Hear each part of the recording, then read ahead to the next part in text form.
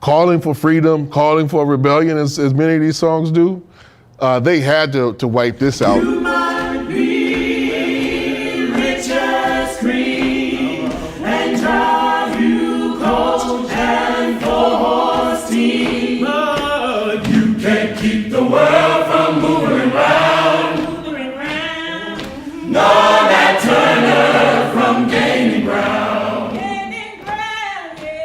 In these songs that you brought to us, that you researched, the language was raw. The language said, I'm going to Canada. I had never seen a spiritual that out and out said, I'm going to Canada.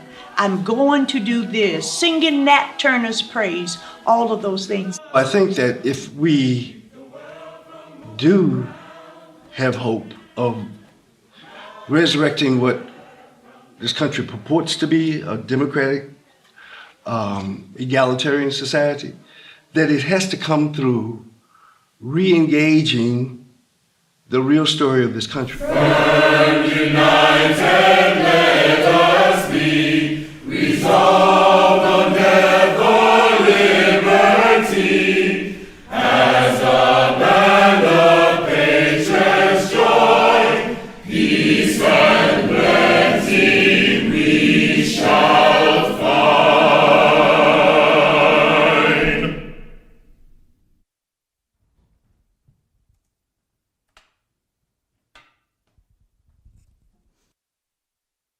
Good evening, everyone. It is my great honor to welcome you to the Politforum Bern and the Democracy Tower and to tonight's event, Songs of Slavery and Emancipation, Understanding History Anew with Music. My name is Rebecca. I work here in the Democracy Tower. Tonight, we get to know the project Songs of Slavery and Emancipation, which in 2022 released an exploration of history through a 50-minute documentary, an accompanying book, and 2 CDs featuring 26 songs, 13 from the era of slavery and 13 abolitionist songs.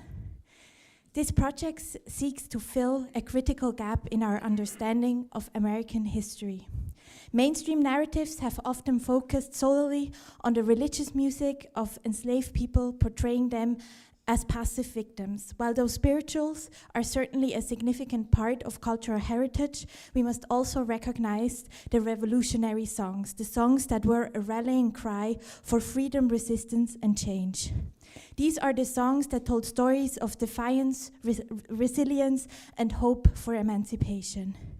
By documenting these songs, this project helps restore a fuller, more accurate depiction of the lived experiences of enslaved people. Democracy itself relies on the freedom to tell the whole truth of our history. When parts of our past are overlooked or erased, and oftentimes it is the history of the oppressed that is overlooked and erased, we are left with an incomplete picture, one that denies the full humanity and agency of those who fought for their own liberation. In reappraising and reinterpreting these songs, we honor their role in the abolitionist movement, as music was a tool of resistance, both a form of protest and a medium for building solidarity among those who sought to end slavery. In the Democracy Tower, we put 3 questions up for discussion. Who is involved? How do we make decisions together? And how do topics come to the table? The last question is especially critical because it asks us to confront who controls the narrative and whose voices are heard or silenced. In the case of the revolutionary songs by enslaved people, these voices were often silenced or marginalized. Only by actively bringing these voices to the table, we truly understand the complexities of the struggle for freedom. In this way, the project Songs of Slavery and Emancipation also speaks to the present. In a world where protest songs still play a vital role in movements for justice, from Black Lives Matter to global human rights struggles, understanding the power of these historical songs can deepen our appreciation for how art fuels resistance. Music has always been a force that transcends borders and barriers, uniting people in the pursuit of freedom, equality, and justice. These songs are not only a testament to the bravery and vision of those who created them, but a source of inspiration for those who continue to fight for a more just and equitable world. So, as we listen throughout the evening to our panelists and to the performances of these songs, let us remember that the music we are hearing is not just a relic of the past, but a call to action that still echoes today. Before I give the microphone away, I want to quickly mention a few aspects of our structure of our evening. We will first listen to a few songs from the collection Songs of Slavery and Emancipation. Then we start our talk with our three guests, Matt Callahan, Dr. Kathy Bullocks, and Joe Johnson. The talk is moderated by Thomas Göttin. During the talk, music is played again, or songs are sung again, and then we listen to a few more songs at the end. We will also have time for questions from the audience. And as an information for you, the event will be broadcast live on YouTube, and there is also a photographer here. So if you don't want to be in the live stream or on a picture, you can please raise your hand now so that we know that you don't want to be in the live stream or on a picture. Thank you. I want to also quickly take this moment to thank two people, Matt Callahan and Yvonne Moore from the NGO Art in History and Politics. We collaborated with them this evening. Thank you very much for the collaboration, and of course, thank you to all of you here for coming. And with that, I'd like to hand over the floor to the Jubilee singers with Dr. Kathy Bullock. She's a scholar, singer, choral conductor, and a lot more. Eric Brown, assistant professor of voice. Christella Philippe, singer with a bachelor's degree in music. Mary Jackson, an award-winning singer. And Whit Whitaker, he's an executive art administrator, graphic designer, and community organizer. The floor is yours.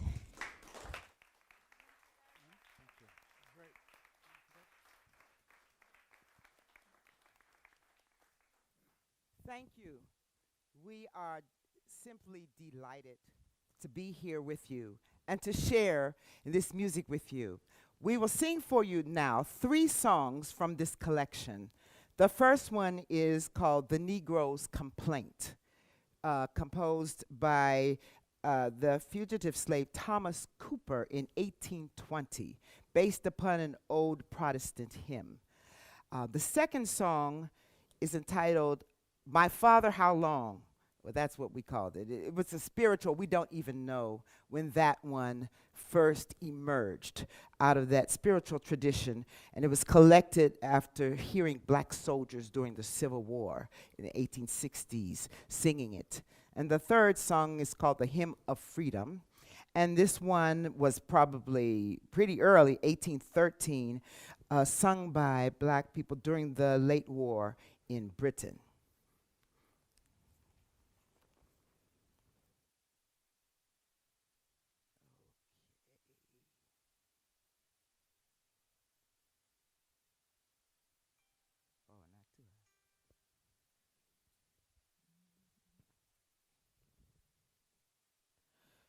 Great God, dost thou from heaven above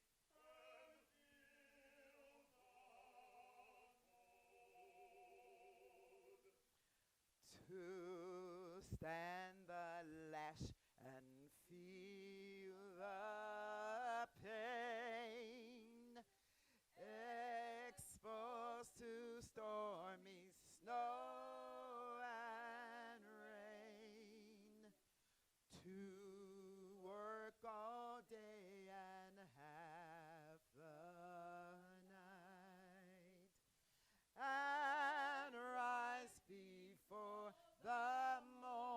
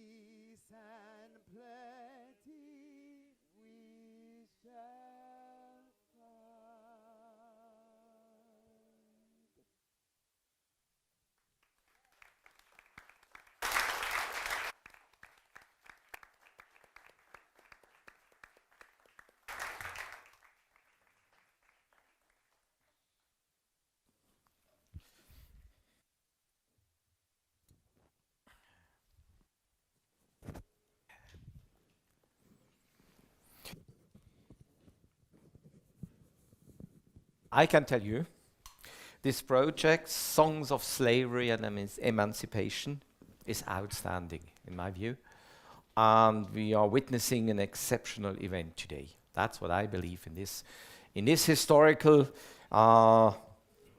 tower. So thanks to the singers, and thanks to Rebecca, who set the tone.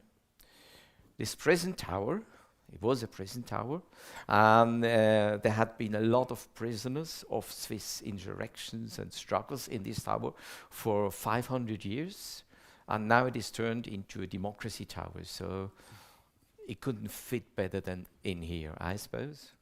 You might have, when you were walking up, you might have seen there is a quote from Elizabeth Anderson.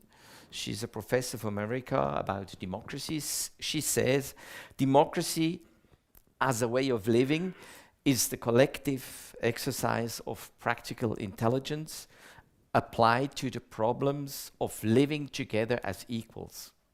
And I think that's what we're going to do today, having this practical intelligence together as equals. So everybody is invited to contribute as a participant as well here on the floor, or then online you can contribute, you can put questions. If there is in German, we will translate. And we are looking for we are already in the middle of an exciting evening. So, warm welcome to our guest, Dr. Katie Bullock, Professor Emerita of Music of Berea College in Kentucky. Matt Callahan, musician, music producer, and author living in Bern. And Joe Johnson, the middle, he's teacher at the Music Werkstatt in Basel. I will introduce you a little more when we come to the first question. Now, Katie, you come from the Berea College. It's not just a college, it's a very special college. And perhaps you can say it in better terms than I can do. What makes it special, and what is the link to this evening as well? I am first so delighted to be here with all of you. Yes, indeed. Here in Switzerland for the first time. Well, Thomas, I would say I've taught at Berea College, that school, for 30 years before I became emerita, which means retired. So, I always meant. So it is it's a very special place because it began in 1855 as a place where black and white students could come to school together in the South, the first of its kind ever to have that, and where women and men could come together to get an education, so both interracial and integrated at that time period before the Civil War began. And every student that it has evolved, and to continue that pledge, or that commission, we call them commissions, but it also now is a place where every student is on scholarship. No one pays tuition. They're some of our best and brightest students, but maybe don't have the financial wherewithal. So every student also works at least 10 hours a week, in 10 to 20 hours. So many of our students will graduate after 4 years of study with no debt. No debt. 2024. Y'all hear that? No. That's very unusual. Yeah. But it's a wonderful place because it was begun by an abolitionist and minister as a place particularly for blacks and whites to come together. So when our president at the time found out about this project, he spoke to me. I was one of the choral directors and professors. Hey, you want to do this project? Of course. And so from that, we were one of the collaborators and sponsors of it. We felt it fits so clearly with our own commitment. Okay. We won't forget the songs you just sung. Right. And one of them is My Father How Long, and you want to say something about this specific song, perhaps? Well, Why? all the songs are really so powerful for us, so powerful. I have to say, Thomas, I was teaching African American music for over 20 years, and I had never heard any of these songs ever. They are not available for the curriculum or any of the books, because I know them all. I was going to write one myself. And I'm saying, what? This was phenomenal. That particular song, My Father, How Long, comes out of the spiritual tradition, which are the sacred folk tunes out of the black tradition. There were thousands of them written. But all the ones that I knew and grew up singing at home, they talked about no more suffering, about going to heaven, about faith, but they did not say, I'll fight for liberty. They did not say, so clearly about freedom. So the power was there, and to hear those songs in that way, wow. It was so profound. It feels just as important today as it did back in the 1800s when it was sung. And it just strikes a chord that I can't even fully describe. And that's true, I suppose, as you said, for all of these songs you heard, so as how it was for you hearing them for the first time. Yes, I was stunned. I was excited. I was amazed. I was just like, what? Like, why do I not know these songs? Why coming out of this tradition, where were they? And many were like hidden in plain sight. We did not know that they were there.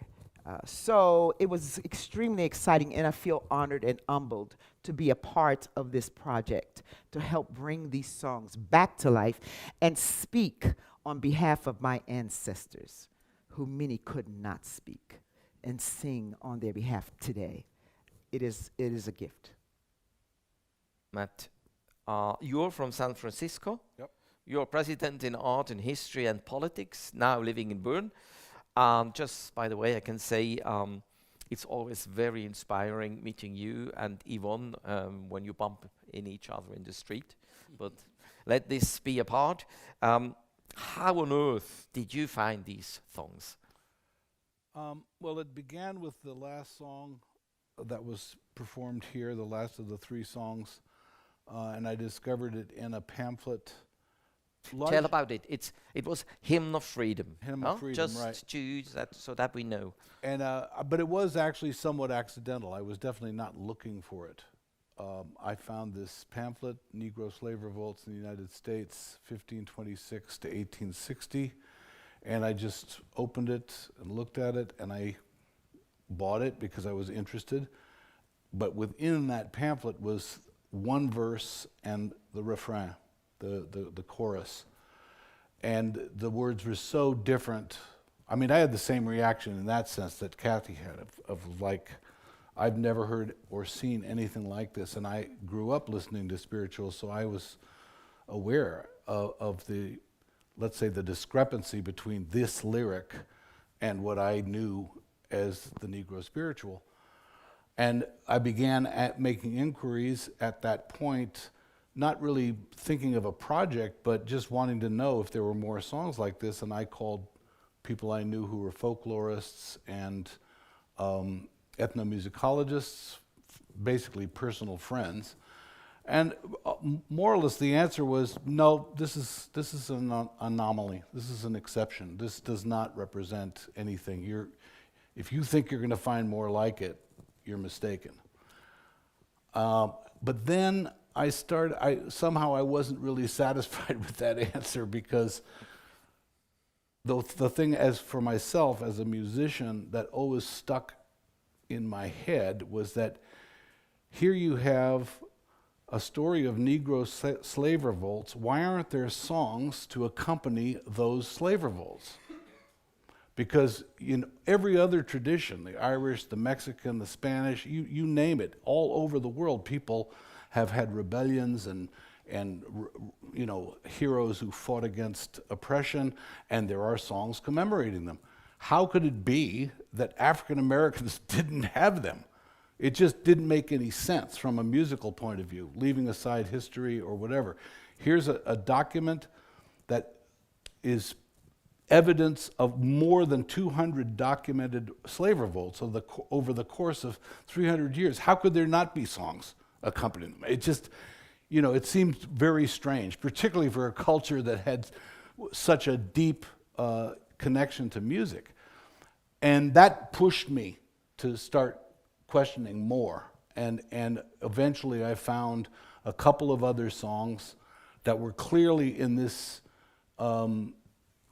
general direction, meaning there were clear political concerns. This was not just about religious concerns or about feeling. They certainly were not laments, bemoaning the suffering, which there are plenty of songs, and that's understandable.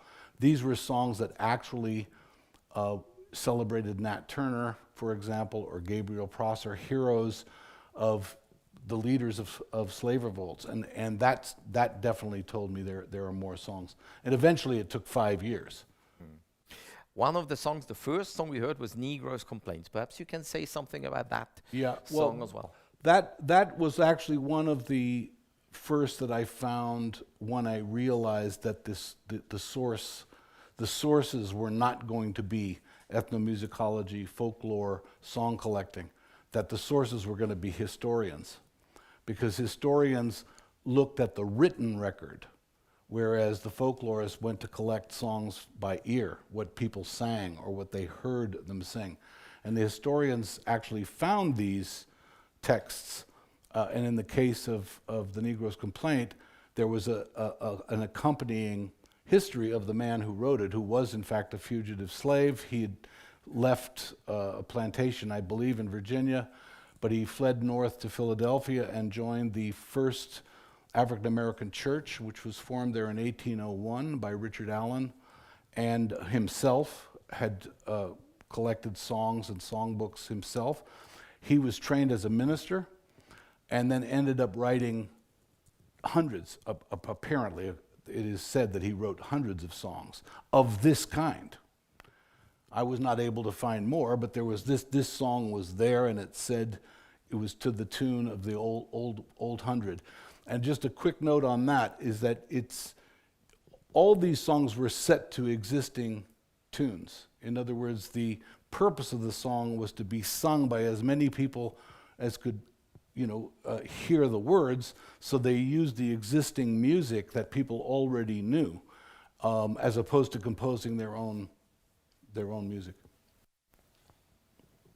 Joe Johnson, you have a lot of origins. You come from Paris, from Spain, from San Francisco, from Basel now. And you were together with Matt Callaghan, like in supporting acts for on tour with musicians like Ziggy Marley, Jimmy Cliff, Midnight Oil, or Neville Brothers, Living Colour. It's just opening my mind. But I mean, as a vice president of art and history and politics, music can remember what history forgets. That's one of the things you say. How can music do this? What's the power? What's the function of music in this? Well, I mean, you have to kind of dig kind of deep. But I mean, for example, a song like La Cucaracha. La Cucaracha is a revolutionary, it's a song that was written in war, sung by soldiers. And now it's a children's song, and there's examples many examples about children's songs, but what were the origins of them? And if you dig deep, usually you'll find some kind of militant or some kind of a statement that is a critique or an observation of the times. And when Matt came to me with these songs and we worked on demoing them up, I just realized that there's a lot of music that's hidden. Also made me look into the music I was listening to as a child. For instance? Well, my parents collected a lot of albums, and they listened to anything from Benny Goodman to Oscar Brandt, who's a folk singer. There was jazz, there was classical music. My mother was an opera fan. And what we had no TV, but we had a record player. And my parents were avid collectors of world music. They listened to the Cossacks and just weird stuff. And you know, I kind of grew up in this environment. Never really questioned. It was all just music until you know, 60s movements. I'm the second youngest of a family of 6 children. And so, you know, my brother came home with, you know, Jimi Hendrix and the Beatles and all this kind of stuff. And the music of the 60s actually is a clear sign of what music can do. We're still, you know, relating to this music. And it was very political. You know, at that time, it was like, what do you listen to? What's that? You know, you can't listen to that. What is that? But, you know, it's a statement of the times. And my father used to listen to Oscar Brandt, who was a folk singer, and he wrote songs. He wrote over 300 songs. And among some of these songs, he had 2 or 3 albums that were only songs about soldiers and Marines. And it was usually the soldiers and Marines making fun of the people, telling them to go to the front and stuff like this. So this music is out there. I think a lot of it is, I would not say necessarily hidden, but it's just not promoted. You know, the minute you start to say something a little bit, you know, controversial, yeah, it somehow disappears. Or is, you know, it's not brought up to the front. To me, music is, it's a tool. It's used for healing. Music is also a weapon. So I feel, you know, it can be a weapon used against the powers that oppress, and it can also be a weapon used against the oppressed. And I think there's, you know, there's great power in music. Every movement has a hymn or a theme, and it's something that we all have in us. It's the source of creativity. It's our voice. It's our soul. It's our spirit. And it's the only thing we have as a statement against tyranny that is not getting up and shooting somebody, or you know, it's like it was used in that way as a liberating force, as a uplifting force, and as a, I guess, yeah, you find solace in music. You know, music can calm you down, or music can rile you up, and that's what it's there for. So let's come back to the history of slave revolts and how these songs are related to this history of slavery and the revolts. Is there a specific, I mean, how have these songs been working in the history of the slave tradition and the resurrections, the revolts? Well, I would jump in here, and I would jump in to say, first of all, the fact that there were slave revolts, and there were so many all the times, are not in our history books. That information is not taught to us. The black folk didn't say, well, I guess I'll just stay here and be a slave and forever, and I'm not going to say anything. No. They fought constantly, daily, and so there were slave revolts going on all over the country, as well as in other places. Okay, so that's first. And just as Matt said, with the people, particularly I would add, people out of the African diaspora, music is a part of all life. If you talk, you sing. If you walk, you move. It's so basic that if you say, I don't sing, you sing you do not exist. Because only you can sing your song. That's the worldview. Okay, so obviously there was music that would have been done, but you chose to say, where is it? And to look and find it. So I just wanted to add that background piece when we start talking about these songs that spoke to, and it was against any kind of law for black folks to sing about these black people who were doing these slave revolts and had the nerve to go and and kill some white folks too. Ooh, that was against everything. They could not say this out loud, but they sung them. And sometimes disguised or whatever. So I just wanted to add that. So that's exciting to know now and uncover those, and purposely some hidden. Yep. Yeah, Matt, you I think there are several different dimensions to this, but one is contained so clearly in this song, The Hymn of Freedom, because that song was actually composed and sung by slaves preparing an insurrection. So they were not just singing for the sake of singing. They were actually preparing an insurrection in 1813, and the reason for that was that in 1813 there was a war going on between the United States and Great Britain. And Great Britain had ships lying off the coast of South Carolina, and they were offering freedom to slaves who would rebel. Now, as it turned out, in common fashion for the British Empire, those enslaved people who took that offer ended up in chains in the Caribbean. You know, that was the deal, actually. But this particular group were led by a man, according to the witnesses, who composed these lyrics and sang them at the beginning of this meeting, which was observed by the owners. The slave owner had actually come to observe and waited in the shadows. It's a long, long story, very interesting story. And it took me 2.5 years to find the rest of the song and where it actually came from. And indeed, what the music was, because the music was the national anthem of the United States at that time, Hail Columbia. And when I discovered that, and the lyrics fit directly with that music, the rhythm and the melody, it was like, of course, there was a war going on. Everybody was singing the national anthem. Everybody heard this song. And so this particular individual chose to compose his own lyrics to it and sang them before their meeting.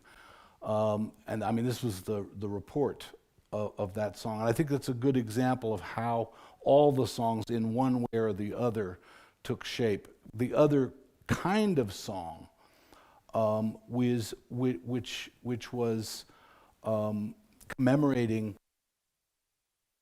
as Gabriel Prosser, who led a revolt in 1800, or Nat Turner, who led perhaps the most famous slave revolt in 1831. These songs were obviously like the songs in many cultures that commemorate a hero that everyone celebrates because they had fought and died for the freedom of everyone.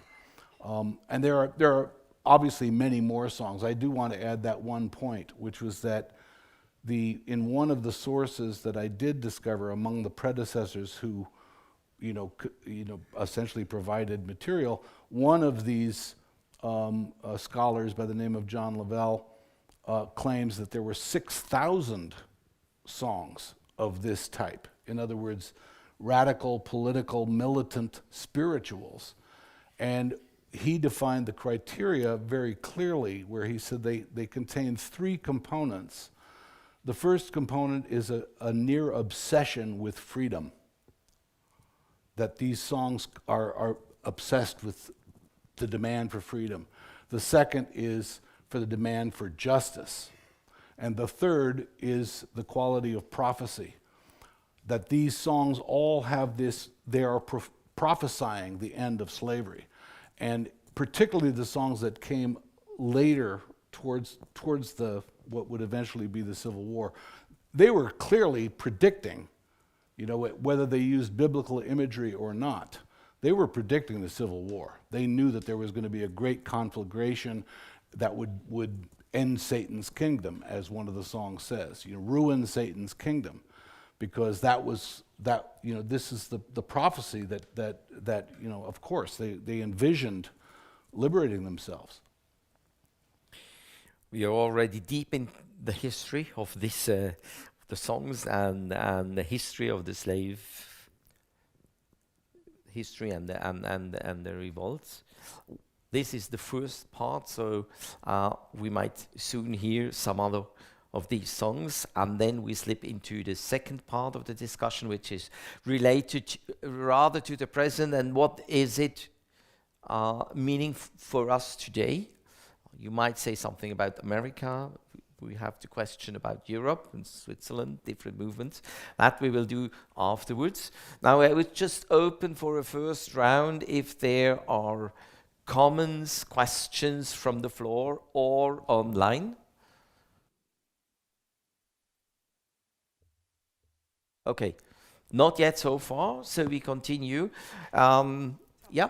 I would add, in our discussion of these songs, some of these songs did come out of the Black community and were generated by them.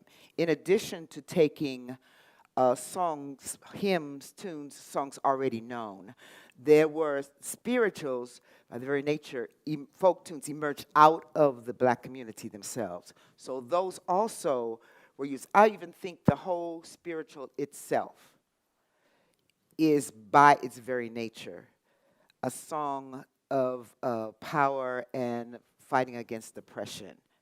I mean, all of them, all of them, because of the power of song. So I would go as far as to say they're just the more blatant ones that we are unearthing now are just new to us, but all of them were about, because if you were an enslaved person, you did not know if you would be alive the next day or later that day.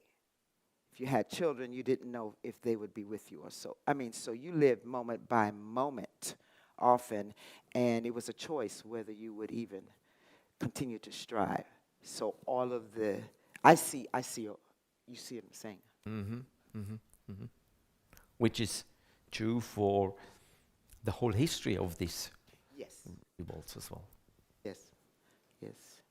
And you can blatantly see it as Matt has said, in some of these songs where it's kind of hidden in so many of our other songs, but it's there. One of the songs that you will sing afterwards is the hymn of Uncle Gabriel. So perhaps one of you can tell who was Uncle Gabriel. Well, we mentioned Gabriel Prosser. He was known as Uncle Gabriel, the Negro General. And this song actually was interesting because I found it first in a novel in the form of a sea chanty. It was in a book of fiction. And then later on found another version of the song, and then again a third version. So this was obviously sung widely.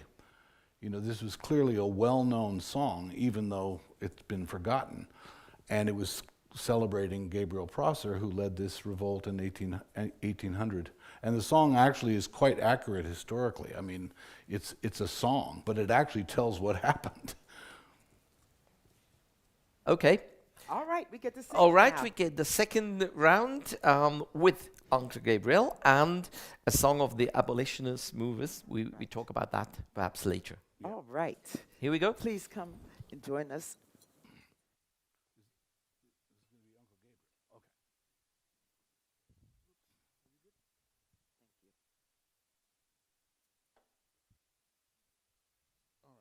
Should I get in the middle?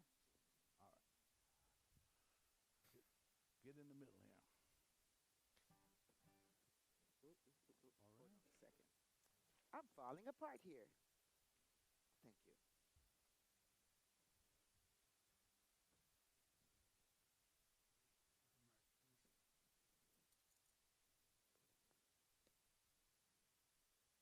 Ready? Oh, the mic. Yes, the mic. Yes.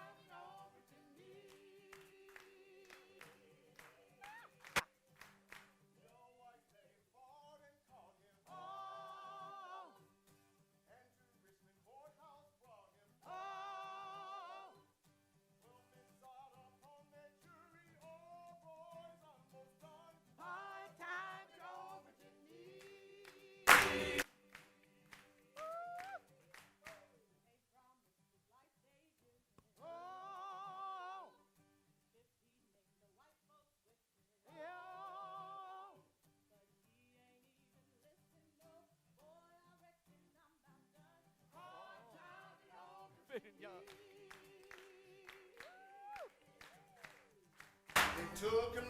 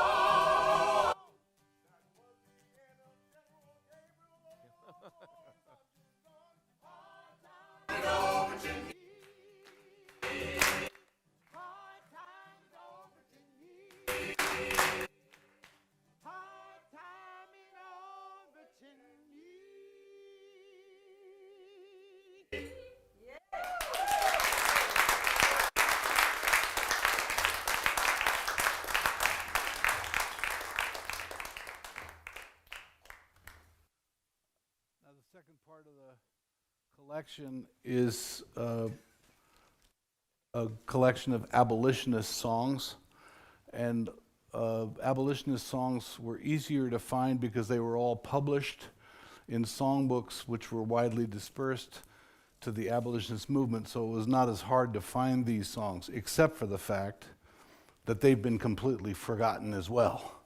And when you grow up in the United States and you go to school and learn about history, the abolitionist movement is almost ignored completely.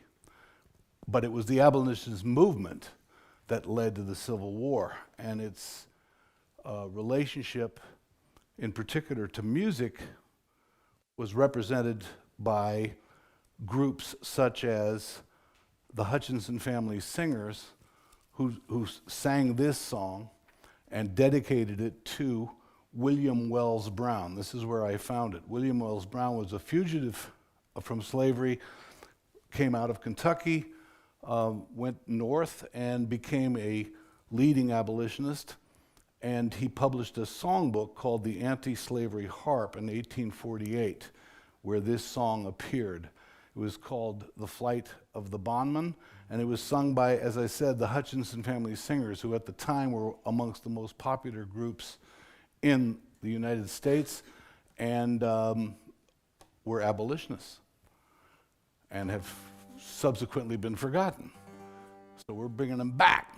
This is called The Flight of the Bondman, all right? One, two, three. From the crack of the rifle and baying of hound takes the poor panting bondman his flight. His couch through the day is the cold damp ground, but northward he runs through the night. Whoa, God speed the flight of the desolate slave. Let his heart never yield to despair. There is room among our hills for the true and the brave. Let his lungs breathe our free northern air. Oh, sweet to the storm-driven sailor, the light streaming far o'er the dark swelling way. But sweeter by far among the lights of the night is the star of the north to the slave. Whoa, God speed the flight of the desolate slave. Let his heart never yield to despair. There is room among our hills for the true and the brave. Let his lungs breathe our free northern air. Cold and bleak are our mountains and chill in our winds, but warm as the soft southern gales. Be the hands and the hearts which the hunted one finds among our hills and our own winter vales. Whoa, God speed the flight of the desolate slave. Let his heart never yield to despair. There is our hills for the true and the brave. Let his lungs breathe our free northern air. Then list to the plaint of the heartbroken thrall. Ye bloodhounds, go back to your lair. May free northern soil soon give freedom to all who shall breathe in its pure mountain air. Whoa, Godspeed the flight of the desolate slave. Let his heart never yield to despair. There is room among our hills for the true and the brave. Let his lungs breathe our free northern air. There is room among our hills for the true and the brave. Let his lungs breathe our free northern air.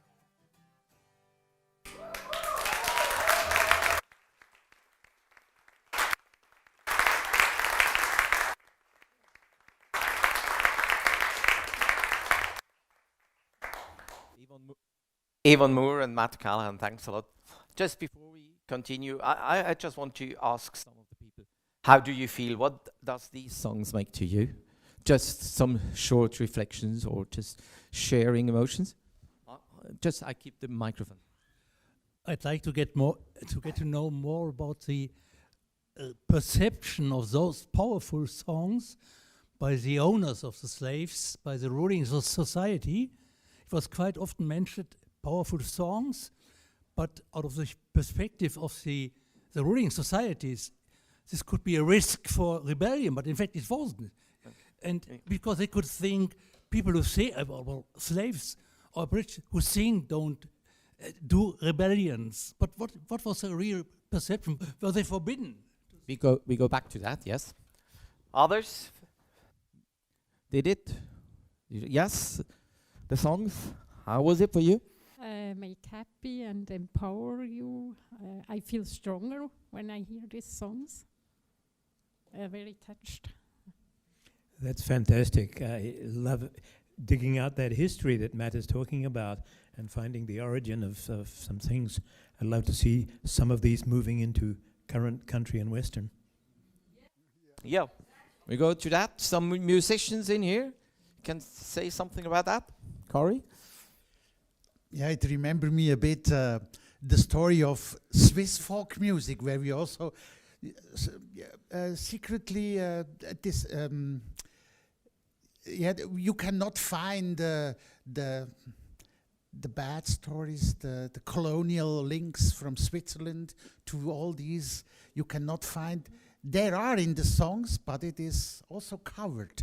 Like a song, I just remembered the song I didn't like as a kid because it was a love song and a 10 years boy I didn't like it. But some years ago I found out they only teach us the first verse. So it is the song Im Argo sind zwei Liebe. Im Argo sind zwei Liebe. So, and then this first verse was only a love song. But in the second verse, it starts with the story of a mercenary.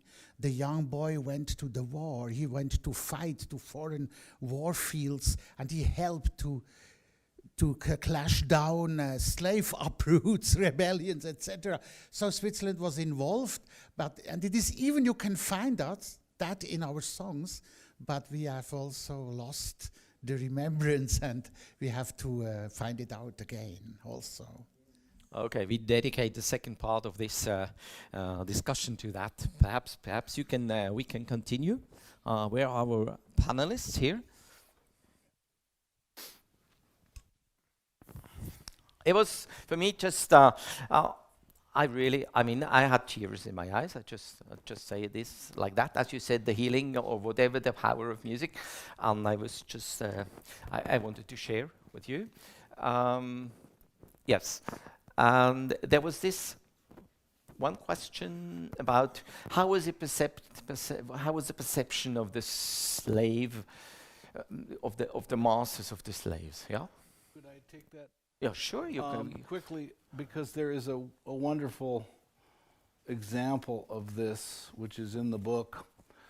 A woman who is a leader of the abolitionist movement, Lydia Maria Childs, who actually published a wonderful book called The Freedmen's Journal. She interviewed formerly enslaved people, one of whom was named Charity Bowery, who was born in North Carolina about 1774. Obviously was very old by the time she was interviewed. But she sang a song that had been sung in her neighborhood, which was the area of the Nat Turner rebellion. And the song ended with, "There's a better day a-comin', there's a better day a-comin', oh glory, hallelujah." And with a very arch expression, she looked up as she concluded and said, "They wouldn't let us sing that. They wouldn't let us sing that. They thought we was going to rise because we sung better days are coming." So this is a living person talking about the reaction at the time of the slave owners. She's speaking shortly after the Civil War, but you can imagine this is the effect or the power of this music. It was definitely suppressed. And this is part of the reason why it disappeared, because after the Civil War and Reconstruction, this period when the country was reintegrated, they began suppressing these songs. Yes. We have heard, well, Uncle Gabriel, he reminded me of a Swiss leader of an uprising in the 17th century who was in this prison. Leuenberger, you might know, the head of the peasant movement at that time. He had the same, he finished as Uncle Gabriel in the song. So there are common things, I suppose. Yes. But going back to the abolitionist movement, and the last song you sung for us, the Flight of the Bondman, is one example. You said the abolitionist movement is already forgotten, but what was the impact of that movement at that time? Was it, as I heard from you, one of the most powerful movements at that time? Would you say that? Yes, and in fact, the abolitionist movement is actually responsible for the Civil War, because it was the fear of the abolitionist movement that provoked the slave owners to their rebellion. They were afraid that the abolitionist movement would end up abolishing slavery. That was precisely why they moved when they did. But it has to be remembered, and this is where all this ties together, is that had there been no slave resistance, there might not have been an abolitionist movement. The abolitionist movement was a response of support for the slaves' resistance themselves. And so these things worked together to bring about the conflict, which ultimately was the Civil War, which ultimately led to the Emancipation Declaration and so on and so forth. But that was the process, and it should be kept in mind that by the time of the Civil War, the abolitionist movement was involving hundreds of thousands, if not millions of people in the North, and people in England, in Africa, and in Latin America, where the revolutions that had been led by, first of all, the first being the Haitian Revolution, which was the first successful slave revolt, and then followed by Simón Bolívar in much of the rest of Latin America, which was premised on the abolition of slavery. In other words, those freeing Colombia, Venezuela, and so on and so forth, and Mexico were all, the key component was the abolition of slavery. So this all preceded, the abolitionist movement was not confined to a few nice folks in the North. You know, it was like an international movement. But now we come back to the question already raised by other people. I mean, these songs have been forgotten, and the abolition movement has disappeared somewhere as well, and the revolts as well. Why would you say? I think it's dangerous, but it's music has to be controlled in a way because it's actually a free medium. I have an example to the point that you made about this Swiss song. Santa Claus is coming to town. Okay, this is a song that we all know. Santa Claus is coming to town. But there's like 5 verses to this song. And we only know about, you better watch out, you better not cry, blah, blah, blah, no, no, no. But there's also songs that are, there's a lyric in that's talking about sharing with your fellow man, about being kind, about, and that's all gone. And, these are things that should stay in Santa Claus is coming to town, but for some reason, Michael Bublé isn't singing it. All those verses that have something to do that for me is a kind of a social critique, are not in there anymore. So, we don't have to go so far back to see, how music, how the powers that be are controlling what we hear. And it's a really good question. It's like the means of distribution. What is it that we hear? What are we? We're spoon-fed a lot of stuff that's not really uplifting at the moment. And I would add, as I think about the question why. Think about it. In the United States, for hundreds of years, black people were enslaved. So we have several hundred years of free labor. And what can you do with free labor for thousands of people for hundreds of years? You can build you a country, build you a nation. But the premise at the beginning was that these people were enslaved and were, even early on, not quite human, that was perpetuated because there's what I would say is cognitive difference. U.S. is called the land of the free and the home of the brave. That does not go with slavery. People enslaved not just for a time period, but forever. For their parents in chattel slavery. The two don't go together. So how do you perpetuate this continued hundreds of years, you understand, of enslaved people and all the benefits from that, while still keeping power and maintaining the myth that was created of whiteness. That didn't even mean anything, white and black. It wasn't a thing until in the United States. There were people from Poland and Great Britain and from the Ewe tribe and the Fanti, but then that became, so that was needed to be perpetuated. And so in order to do that, you must make sure that the people, black folks, do not have a voice in a way that could be threatening. At the beginning, there used to be drumming until one of the early revolts, when the black drummers used the drumming to signal and make messages. Then it became a law. No more drumming allowed. So black people used their hands and their thighs and their hands to continue. Do you see those? And early on, when Africans were being brought to the U.S., they came from many different countries and ethnicities and different languages. But you were not allowed as a black person to speak the African language because of the danger of insurrection. And so there's stories of enslaved people who had their tongues cut out when they were heard speaking their language, or their eyes burned out if they were seen learning to read.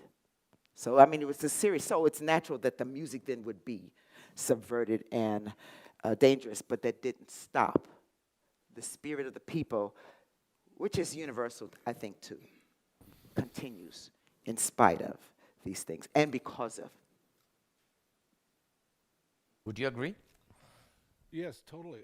The only thing I would add to that is that from a both musical and historical perspective, one of the sort of demonstrations of this, and it relates to the song that we did last, the abolitionist song, was the development or creation of a form of music called blackface minstrelsy. And this began actually much earlier. In fact, the history of it actually began in England, but it was picked up. Basically, it was a white person putting, what they used was cork, burnt cork, and painted their face black. And it started, or it is recognized that it started in 1828 with a performer by the name of Thomas Big Daddy Rice, who did performed a song, a humorous song called Jump Jim Crow. And that song became so popular that the laws that were passed after Reconstruction were called Jim Crow laws. That the song itself was like this huge hit, if you want to call it. Blackface minstrelsy existed from 1828 till 1927. Al Jolson, the first talking movie, was in blackface, the jazz singer.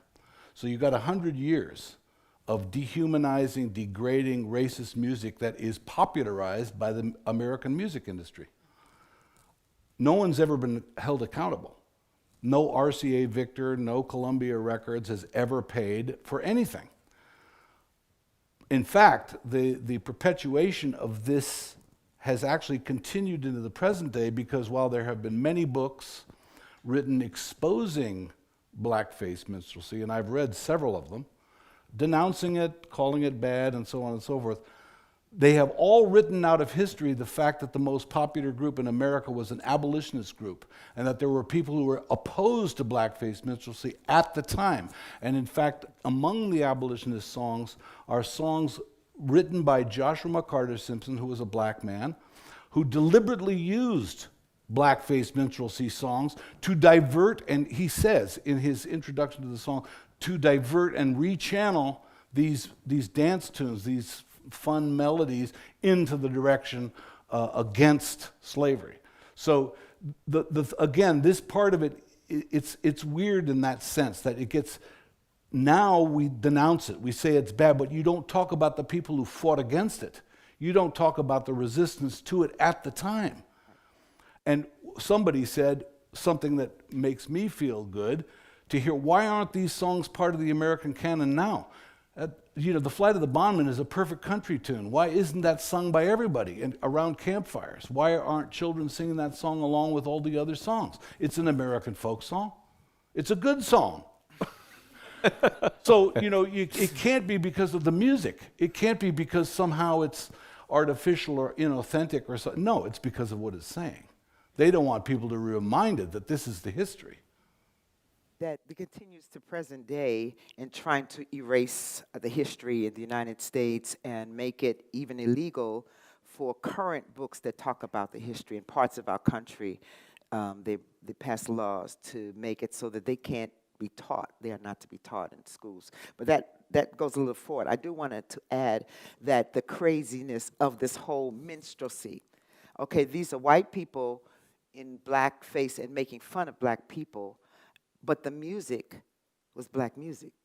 They took authentic tunes, melodies that they heard, and they sung them in the words, but then they made fun of them and making it this comedy thing, and it was the popular music in the United States for quite a while at the same time you had people fighting against it. So it's really interesting. And there's been a love-hate relationship in the United States with black music.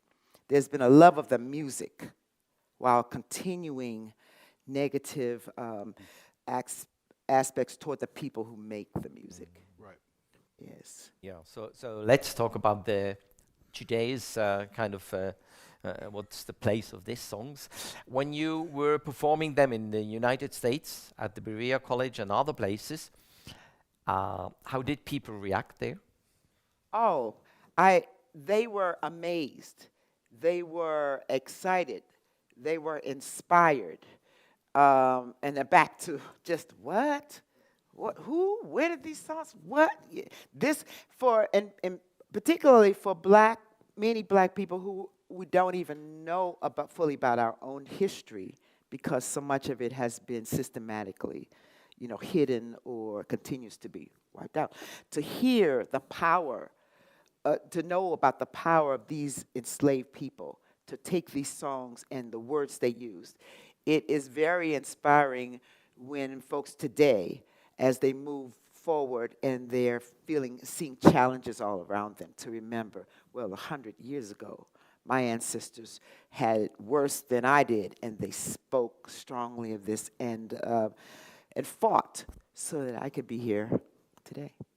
And so, in that, it is very uplifting, as well as informative. How did you told me that you have been performing in here in Bern already once with the Neufeld, like the high school, a totally different area. What was the experience there? Those high school kids were just jamming. They were when we ended, they were standing up and clapping and moving and wow! And they kept thanking us. They kept thanking us for bringing this music, bringing these stories. They were hugging us. Oh, we love you. We love this. Yes, that was the response. That was the response. Not just one or two, but yes. Am I correct? Am I friends? Yes. That they asked questions that were so insightful and so thoughtful because there had been preparation before with their teachers about this project. And they came and it was like, ooh, I hadn't thought of that. It was for me as a teacher to see these young people just turned on. There was one student who says when he comes to these programs, he usually goes to sleep. He said this is the first time that he was awake from beginning to end, and it was great. And other students who were just, yes. What makes it then that these songs are wakening up so different peoples? What do you think? I think there's several reasons. One of them, they're fun. It's fun and engaging. Two, we sing it from a place. It's our tradition, so the passion with which we sing is something that others can feel. There was a gentleman, a young man at one of our concerts who says, I don't speak English, but I could feel the spirit and the power. Yes. Yes, he did. He said, I could feel the power of these. Thank you for that. Yeah, you have to have the microphone for everybody. So there we are in, hello, hello, hello, hello, hello, I have the mic, it doesn't help, okay. So here we are in Meiringen, in the Michaelis. Oh, it was turned off, all right. I didn't want to touch it, no. It's on, okay. So we're in Meiringen in the St. Michaeliskirche, and the deacon, Sigrist, is there, and afterwards, he comes up and he says, you know, this is not my kind of music, not my style. But what I learned is you do not have to understand the words. It's actually the music that gets you. And one of the songs reminded me of a sea chanty. And he made me sway. He made me move, you know. And he was just saying what Kazembe says in the movie, that these songs, you do not have to understand the lyrics. It's the songs themselves that travel. They travel across borders, and they make you understand. It may not be the same experience that you had, but a shared experience, and that always stuck in my mind. Not the same, but a shared. And these songs do exactly that. You want to share. I, as a singer, want to share not just the words, the music, and what it does to the people. So that is what really grabs my attention, and that's what the deacon was saying. I would also, my perception is exactly the same in this case, but I would also add that I think we had this wonderful experience at Berea College where it was launched. And the whole student body was there, 1,000 kids, and the professors were telling me, don't be offended if they get up and leave. Remember? Yes, You heard that. You know, it's like they might be bored and, you know, or they, you know, because they are were there, they required. were there voluntarily. In Well, other they're words. required to go to a certain... to come, but when a certain hour is reached, then they can get up and go, even if the program's not Right. over. That didn't used to be when you all were there, but later. But they Yes. stayed. Yes. They stayed, the whole student body. And I talked to a couple of the young people later, and you could tell that there was this almost unspoken feeling of like, this is about our future. This is about making change. This is about resistance to what is wrong. The world is screwed up. This is about changing it. That was the feeling, and I mean, nobody said those exact words to me, but you could feel that the reason they were brought alive was because it seemed very relevant to them and not just another boring lecture.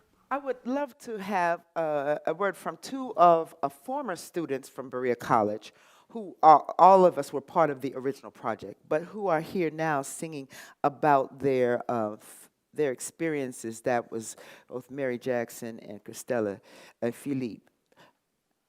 Either one. What's the question? It was about your reaction to the songs and the other students by being a part of this. Oh, You can I stand was up. just, hi, my name's Mary.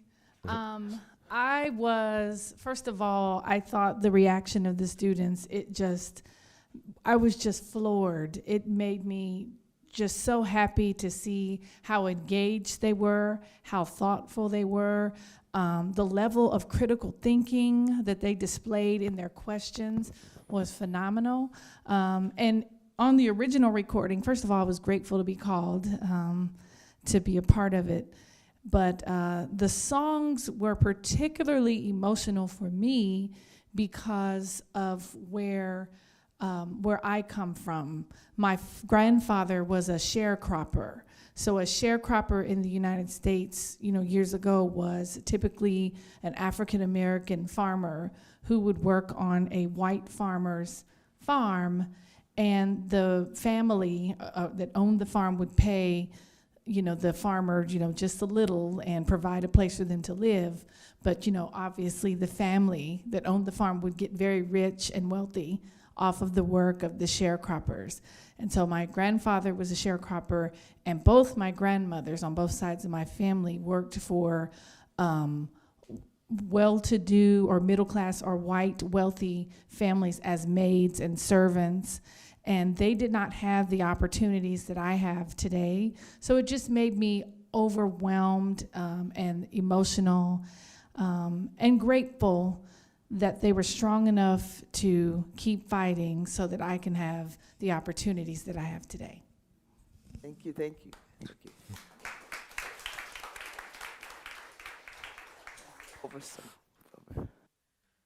Hello, my name is Christella, and during the filming, I was actually a college student in the movie, if you ever get to watch it. And originally, I'm from Haiti, which is the first African nation successful slave revolt. And so hearing some of these songs, although not all of them were very familiar, some of them did come from hymns that I knew in my own language. Although not all the tunes were familiar, it was actually very familiar within our spirits. And so even if there were some songs that we kind of had to say, how would they sing it in this time, it just felt like at place, especially when the mass choirs started singing and there were people from all ages present. It was just a great opportunity to learn and to be around people who we would consider elders and to just get to learn from them. And it came very natural. So I was really grateful for the opportunity to be in the documentary on my second year of university. Yeah.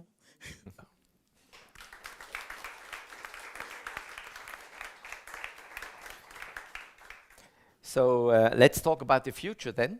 As you said, it reminds you that these songs are about the future. Yes. What's the future that should fit in these songs? What's the future we want, you want, or are required by these songs? There's several. One I'll just throw out, I know that you have it as well. One I would say is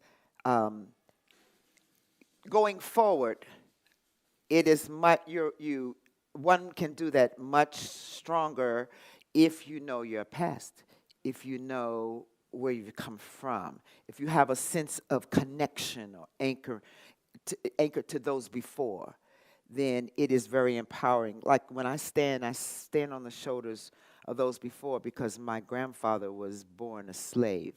So it's very close in my history. I didn't know him, but if he could live and survive through that, for me to be here and to stand before you and sing these songs, then it's more than about me personally, understand? It's bigger and my job. And so knowing these stories is inspiring and also challenging the call. If they did that then, what am I going to do now? What is my place? How do I move forward? And it begins right with me and with the people that I engage every day. So that in that way, these songs are quite inspiring. That's one way. Yeah, I think for me, what I hope happens or comes out of this is that people who listen to this, especially young people, realize that music is a tool, it's a vehicle, it's a way to express yourself, and to speak and to sing about things that are real. That are real. I mean, the music that we hear all the time is really shallow. And I think if we can inspire the youth to, speak truth to power using the medium of music, that's a very empowering thing. Thank you. And before we end, I would invite, or this section, this part, I would invite the other two singers to share perspectives, but I just wanted to throw that in there. Yes, you're free. As I said, we are the collective intelligence of equals. So yes, you like, yeah.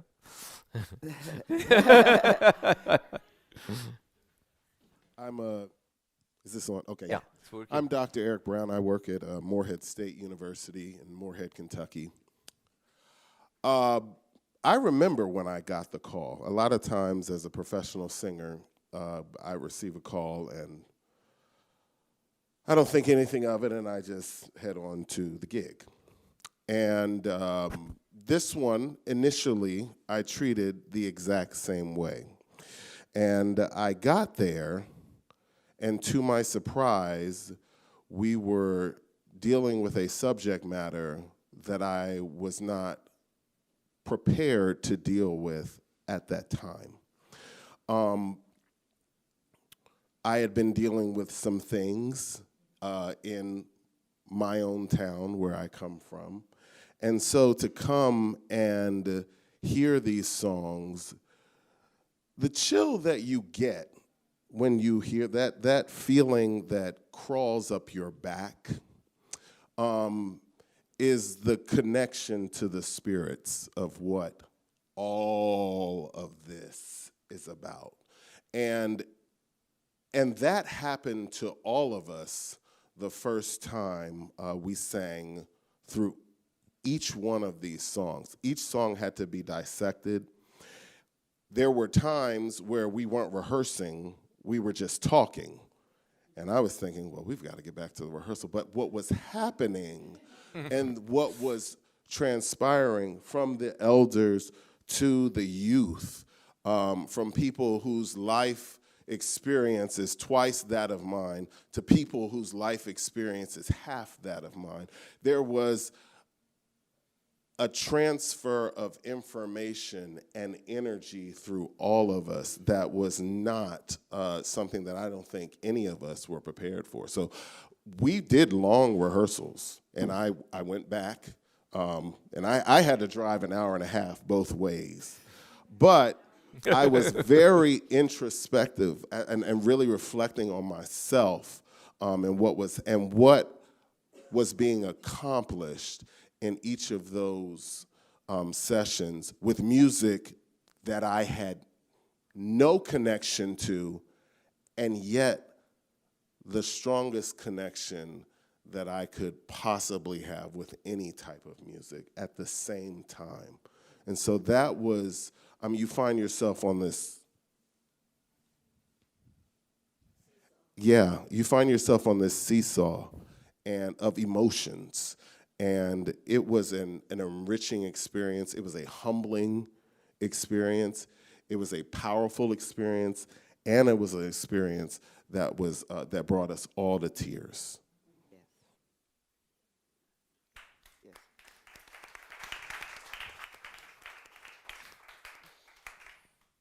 Hello, my name is Whitaker.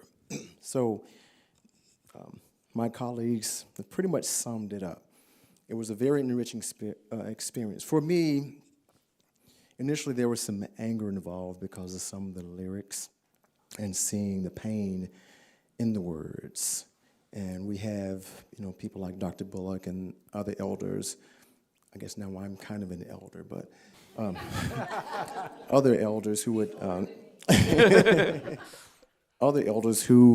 as Dr. Brown said, help with this transference of power, transference of the message, which is what our ancestors did with a lot of this music.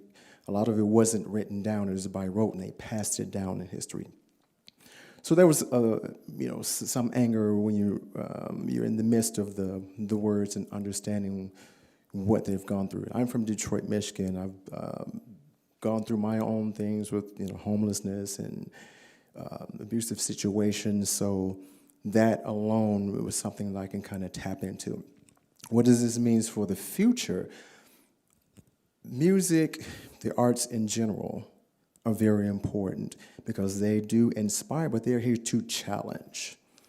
These songs are here to challenge you all as Black people, as white people, as Asian people, all of the above, to understand that rebellion doesn't stop during the slave days. There are things going on in all of our lives in all of our countries that would ask us to stand and take the call to fight for the rights of others who don't have voices, as we do. In my country, I'm the president of the NAACP. Some of you all may know that. It's the National Association for the Advancement of Colored People. They no longer call us colored, but in 1909 when it was started, that's what they called us, and that was one of the nicest things they could call us. But white people, Black people came together to try to change policies, and our initial thing was about voting. Right now, I volunteer in prisons. I'm teaching arts with youth in the juvenile system. So how this music can go forward is passing it down, allowing the next generation to understand what these lyrics meant, to understand that just because you have it in your choir, you're not just standing up there singing. You have to live the lyrics, understand what they mean, because we're standing on the back of our ancestors. I'm standing on people like Dr. Bullock, who is here and is teaching us to pass it on. And myself at 58, I'll be passing on to younger people to understand that this tradition can't be lost. We cannot allow people to take away our history. We cannot allow people to erase us. You wouldn't want someone to erase your history, because when you start taking rights and power and music and song and lyrics and arts away from one person or one people, it won't be long before it trickles down and affects you. So as we were saying, for the future, use these lyrics, use the power of music, use your song, as Dr. Bullock says, because we all have a song. Use your song to inspire, to transform, to embrace those in needs and move forward. And let's all work together like a song where you get the rhythm and the melody and the harmonies working together to create a song. Let us all become one song to create change through the power of the music, but through the power of what we have to offer in our lives. Thank you.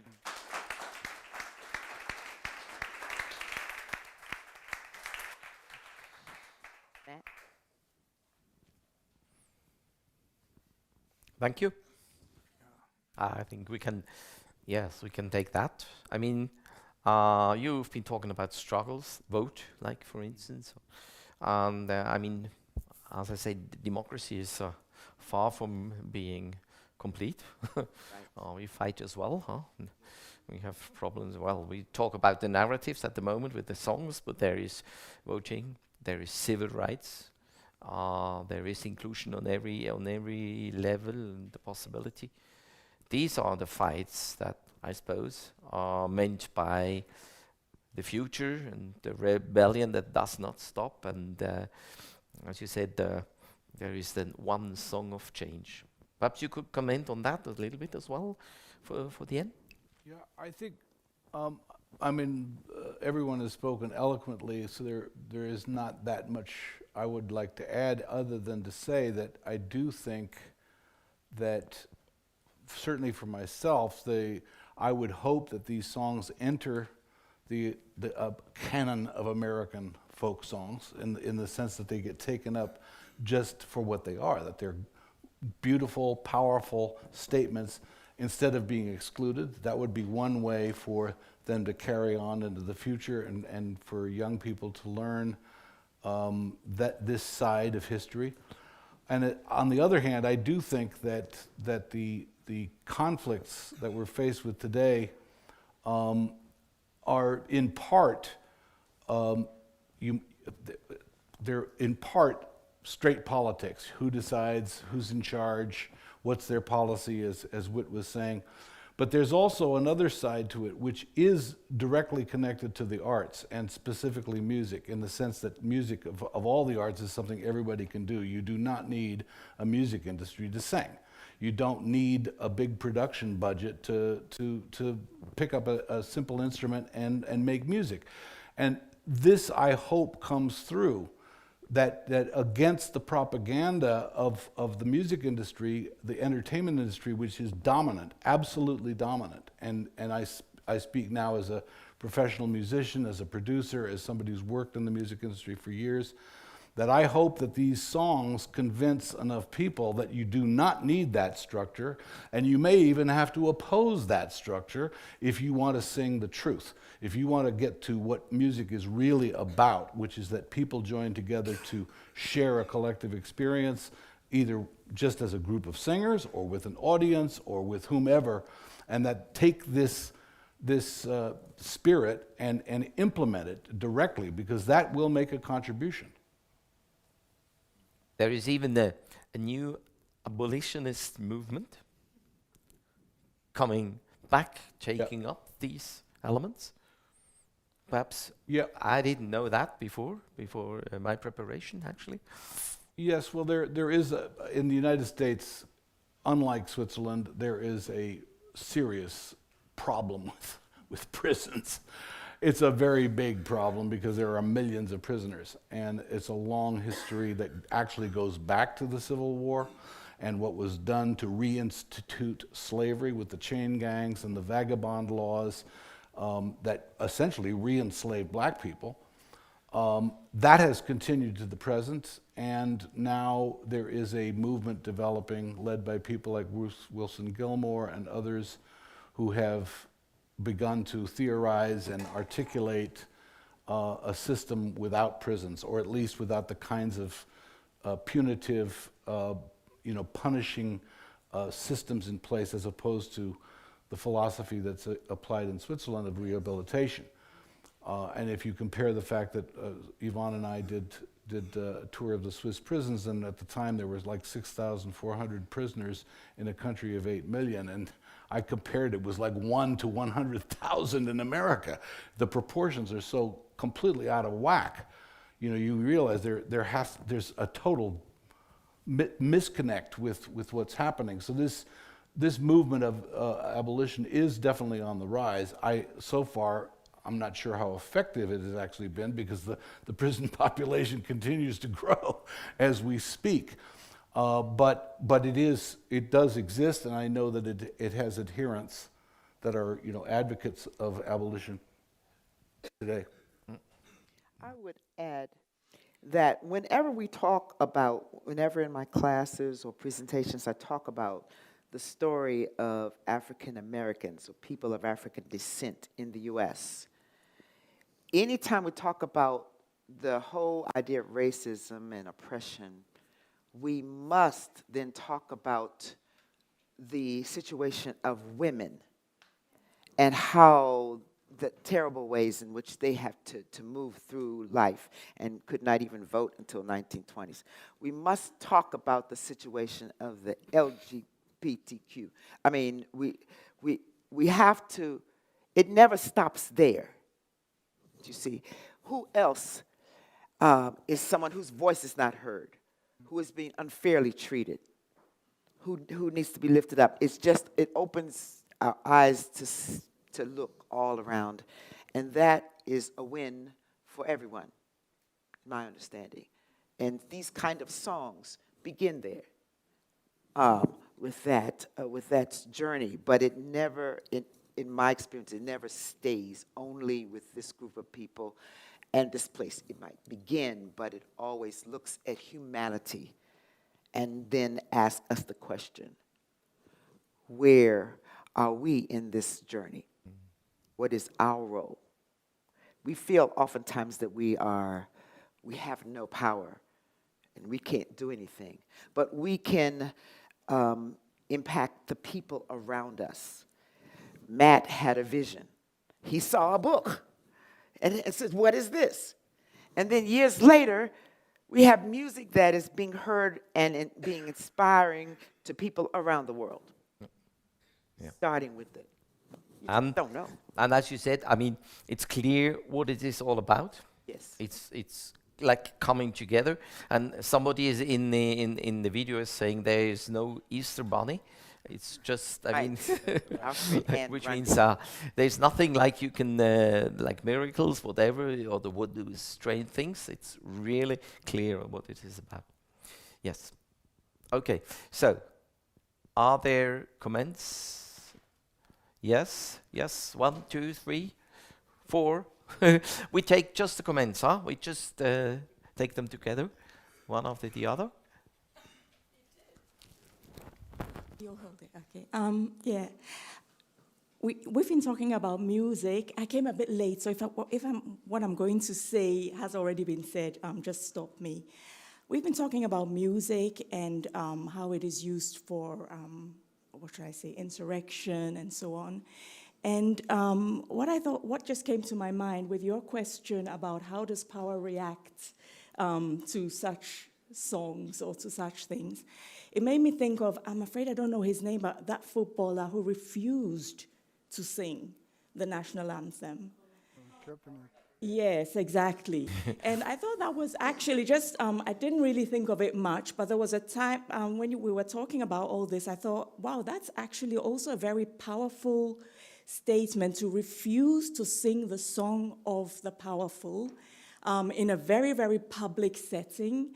I think if I remember the story rightly, he just remained in his seat. He didn't do anything disrespectful. He just refused to sing the song that, the narrative that basically for him that isn't true, that we are the land of the free and the brave. He just said, well, I can't really sing this, and it's, so music as a form of power and as a form of rebellion or can also sometimes be a refusal to take part in something that obviously is not true. And I think that was also very frightening because the people really, I mean, came down on anybody who also supported him or gave him money or whatever. That actually also, everybody was made to feel the anger of daring to say, I don't think what you're saying is true or what you're saying is right, yes. Which I think is just also a very powerful statement. Thank you, Ed. Yeah. 1, 2. I have a question, actually, from my father, who is watching from America. Hi, Dad. His question is, what happens to a people, what happens to a country when this rich history is lost or deliberately omitted?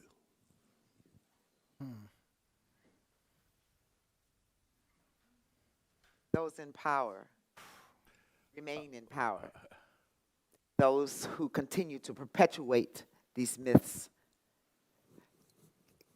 grow in their power of doing such. I think in the totality of it, we all lose. Because part of the richness of life is people as they bring share their spirits and their thoughts and their ideas. And the more you shut down the only end result to me can be destruction of the soul. And then of the end result of such. That's what I think. So humanity, yeah, you want to answer? Just a quick question procedurally. Do you want to get the other questions first and then answer, or answer one at a time? Yeah, the next ones now. We take everything and then we... So I'll comment later then. Yeah. Okay, we take it with us. We had other questions as well, or comments over there. Hi. Yeah. Mm-hmm. Hi, thank you.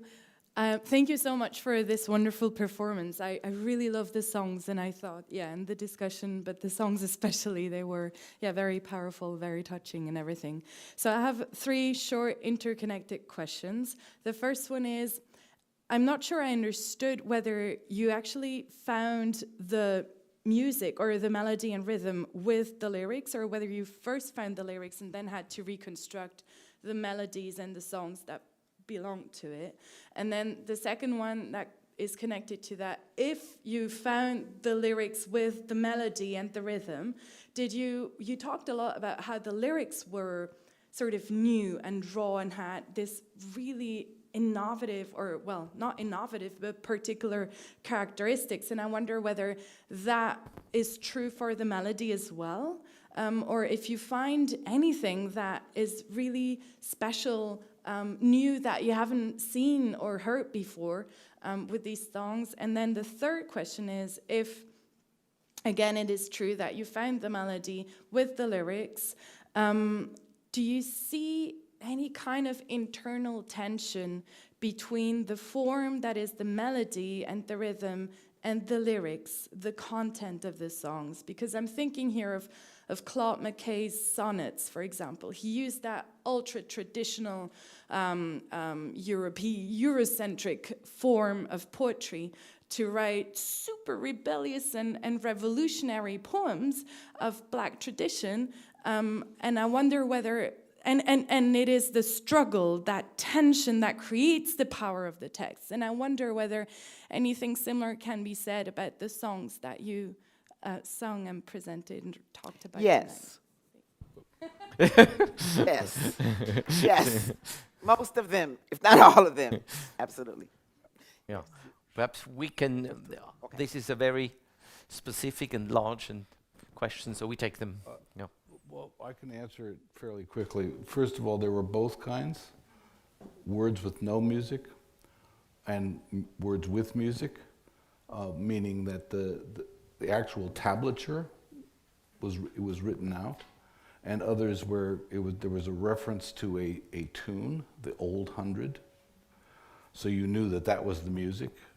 And then there was others where it was a wild guess, and the research took into account where the song was originally composed, Virginia, for example, or South Carolina, the time period in which it was composed, 1813, and so on. So there were different factors that led to the assembly of what became the music, if that answers. And I think that the key, you're asking a question of the relationship between music and text. And I think in a general sense, the composers of these songs, particularly the slave songs, it's certainly true of the abolitionist songs, but that's a slightly different question, since they were, first of all, free people, and they were actually organizing publicly, whereas the slaves were writing under completely adverse conditions and choosing things that were available to them for the purpose of communicating with themselves. This was the motive, And I think that in that situation, the largest or the overarching description would be using what you have to get what you need. You know, you find the resources. It's not about authenticity, or it has to be African, or it has to be this. It's what was available at the time. And in the case of the earlier songs, going back to, you know, the late 18th century, 1789, there was a preponderance of Christian hymns, because this was the one place slaves could join together and sing. You know, does that? Yep. Go ahead. Okay. Yeah. I just coming. I just want to say, I mean, we said we're going to be until 8:30. We have been discussion. There are perhaps some more questions. I think everybody would like to have the third round of songs, so it might be a little bit more, like 10 minutes later. Is that okay for everybody, more or less? Just to be honest, we won't make it to 5:30. Yes, another question or comment? Yeah, I was looking through my mind for protest songs, 60s songs, labor songs, Irish songs, and I thought, where's it going? And the power is there now. Yes. It's rap. Oh, yes. Rap has always been, people call rap today's blues. Contemporary, it like many other forms, they speak to the condition of today, and you'll find a wide range of stories in that, just like any other, just like the early jazz and others. Thank you very much for your singing, and from the very first moment I felt the real power of combining and connecting body and soul and singing. And I realized that a lot of white music, or how I will call it, or European music, is always separated in dancing. There is one art and the other is singing. And often the people stand very stiff, also in the opera and everywhere there. And when I see, so I understand the children also in the schools, as you start to move with your songs, and it comes from the whole body, and it's not only your mouth or your breast, then you raise up the people to move as well. And so the rap is also the thing where the music where you move, and breakdance, or all these music where you move and sing is much more powerful than only singing and only dancing. Thank you. Thank you. Yes, thank you. Rhythm is it with Fred Fritz. No? There was another question. Yeah, sure. Thank you very much for this inspiring evening. I'm very thankful, especially for your focus on resistance. Because here in Switzerland, we are still on a stage of being astonished or even shocked that our forefathers were part of this colonial and slavery system. So we also have to find out our resistance stories. Yes. And I just want to share one of these with you, because Bern was a center of that. Staying here in the Democracy Tower especially, Switzerland was still in the childhood of democracy, 1865. But there was one of the biggest, the hugest solidarity movement in Switzerland ever, with something, with the abolition movement, with the fight against slavery in the US. So we had here, especially in Bern, we had a lot of radical politicians. They organized assemblies, signatures, money to be in solidarity with the liberation movement in the US. And also they criticized here from Bern, for instance, the economic power in Zurich from people like Mr. Escher. They criticized very loud that these are, so they called it Baumwolle, cottoneers, and that they make their business with slavery. It's 1865, I remember. I want to remember that. So there is also a tradition of resistance here, and maybe we have to do here our own researches. Maybe we even can find poems, lyrics, or even songs, because it was a huge social movement. There will be songs, I'm sure, but we have not yet found. So we have to do also here in the future. Thank you. Yes. Yeah. Thank you. Yes, yes. And Kari, he is talking, and he is a member of one of the famous musician family in Switzerland. That's true. And yeah, we do a lot of research here in the Democracy Tower as well. Some more. Perhaps we come back to your question. What's a society without music or without this rich culture? You know? It would be, and what is a society with this culture and this music? Well, coming back to your father's question, I mean, I think that there are a litany of woes that characterize America today. And I don't want to go on a long list of all the things that are wrong, but it's definitely a result of these questions not being addressed, not being taken up by the powers that be. And I just want to refer to something that most people don't even know about, certainly in the United States. Maybe people have heard about it here, but Reconstruction took place after the Civil War. And this was, in some ways, a great tragedy for not only the United States, but for humanity, because the opportunity existed for a few years. The empowerment of the formerly enslaved people also liberated the poor whites in the South. The same people who were suffering economically injustice and whatnot in the South were actually, for a very brief period of time, empowered by this, what really was the Second American Revolution. And had that gone forward to a more complete process, we might be living in a completely different world today, but it was set back very deliberately. And this is where even the word Reconstruction is defamed. In other words, we're taught that Reconstruction was a bad thing, but Reconstruction was actually a very progressive moment in American history, and it was subverted at the end by essentially the re-empowerment of the former plantation owners. Okay, we come back to the songs. There are two more songs, perhaps. We say goodbye afterwards.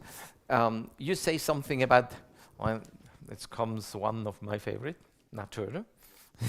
Then another one. Perhaps you can, you say them. Or you introduce them. I will introduce the songs as I invite the below singers to come forward to sing.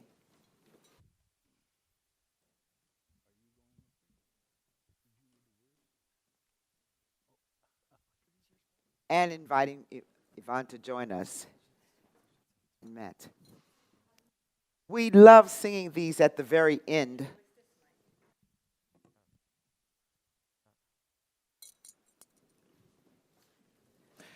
We love singing this song. It's about Nat Turner, as we have mentioned, who was one of the most famous of those who led a slave revolt in 1830. And it was one of those songs that black people could not just sing and to enjoy or honor this hero who fought and died for his freedom, but it does remain. This is a song that we only had the words, the lyrics, and there was nothing else. And so Matt wrote the melody for it, and we all love it. And so, and young people everywhere. It's done in the way that people spoke back in the 1800s. And it says, you can't keep the world from movering round instead of the world from moving round. It says moverin. Say moverin. Yeah, I'm asking you to speak because I'm going to ask you to sing along with us. Ha ha. at the end of it. And it was a song that you can't keep the world, you cannot keep the world from moving around, nor Nat Turner from gaining ground. And then the verses say things like, you might be, instead of you might be, you might be rich as cream and drive you a coach and 4-horse team. Do you understand? But you can't keep the world from moving around, nor Nat Turner from gaining ground. So that's some of the words. I just love it. We have a good time with this song. And then the one after it, Children We All Shall Be Free, is another one that I invite you to just sing along with us. A song filled with hope. Okay, here we go, the Nat Turner song. Okay, it better help if I push the sound up.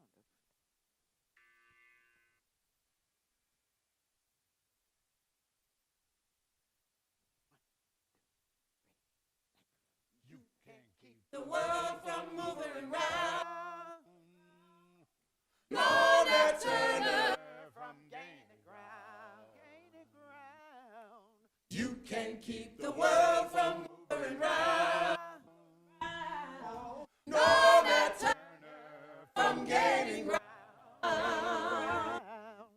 You might be rich as cream and drive you coach and 4-horse team. Oh, you can't keep the world from moving around. No, Nat Turner from gaining ground. Gaining ground. You can't keep the world from moving around. No, Nat Turner from gaining ground. You might be reader and writer too, and wiser than old Salamander Jew. Oh, you can keep the world from moving around. No, Nat Turner from gaining ground. You can keep the world from moving around. No, Nat Turner from gaining ground. And your name is Mark B. Caesar Shore. And God you can and can't shoot a mile or more. You can keep the world from moving around. No, Nat Turner from gaining ground. Gaining ground. You can keep the world from moving around. No, Nat Turner from gaining ground. You might be a carol from Carrollton, arrive here night or for Lord make creation. You can keep the world from moving around. No, Nat Turner from gaining ground. Gaining ground. You can keep the world from moving around. No, Nat Turner from gaining ground. You can keep the world from moving around. No, Nat Turner from gaining ground.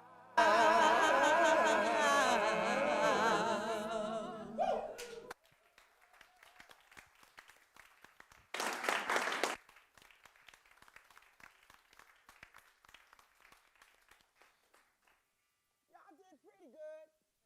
This one I was trying to get you to stomp your feet, but I forgot to ask you. So this one says, children, we all shall be free. Say, all shall be free. All shall be free. All shall be free. All shall be free. All shall be free. All shall be free. When the Lord shall appear. And what they really meant was when the Yankees came from the north down to the south to free the slaves. But they couldn't say that. So they said, when the Lord shall appear. Okay. So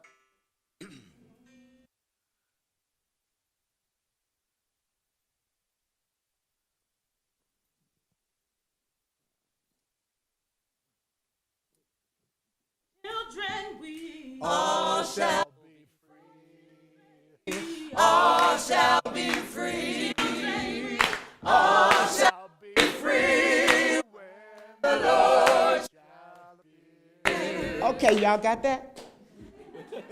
The first one is all shall be free.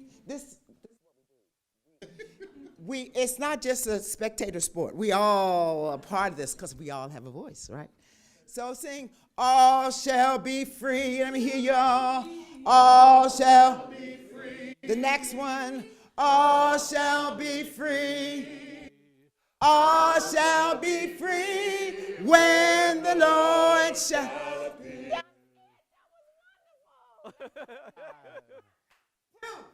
was wonderful. All shall be free. All shall be free.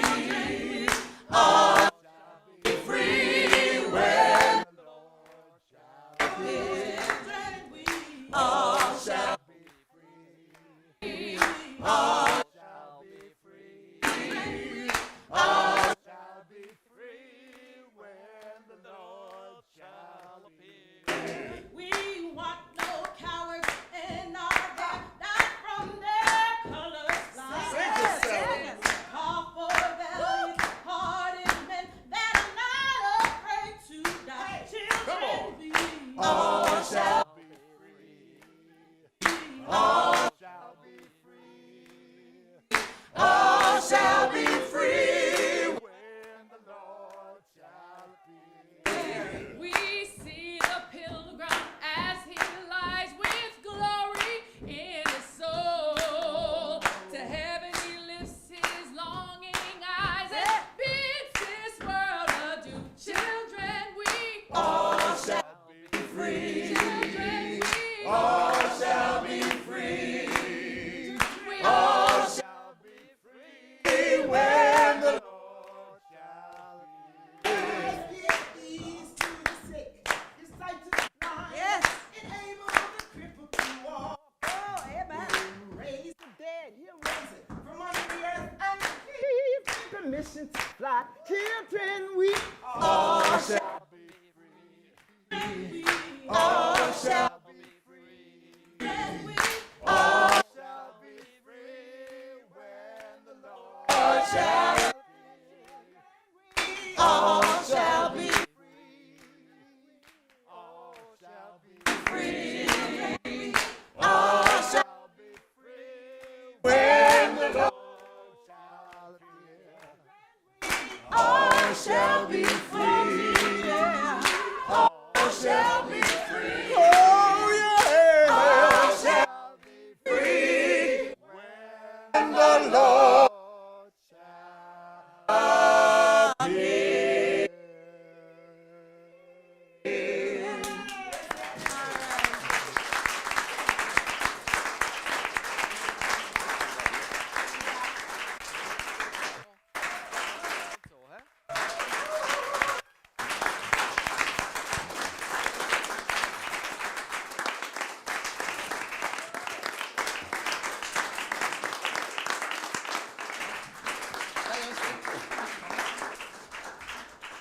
Can you please stay on the stage just for a short moment?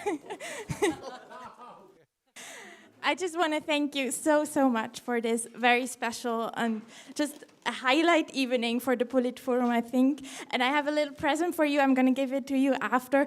They're little rocks. They're from a river, Aare.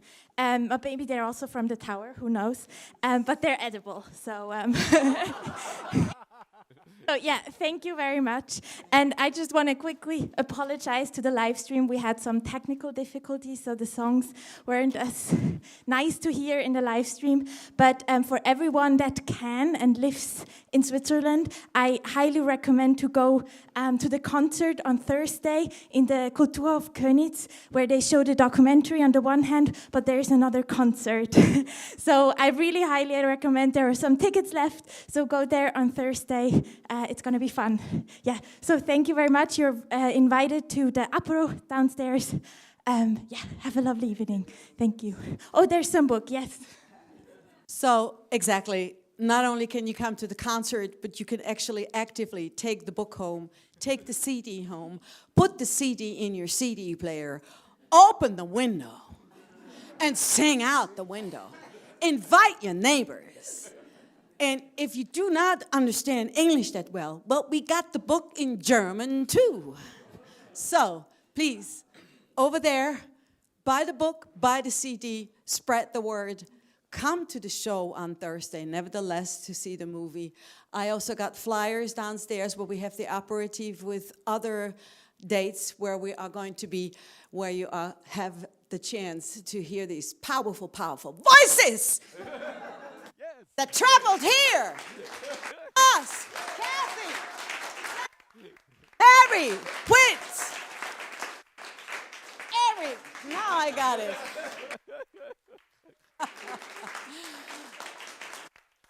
Powerful, powerful voices, powerful, powerful souls and hearts. Thank you very much. Who wants that mic? Nobody. Thank you.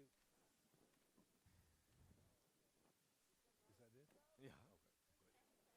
Okay. Excuse me. I just needed to push the rest. Okay, so you Wonderful. I love it. Great. Good job. Awesome.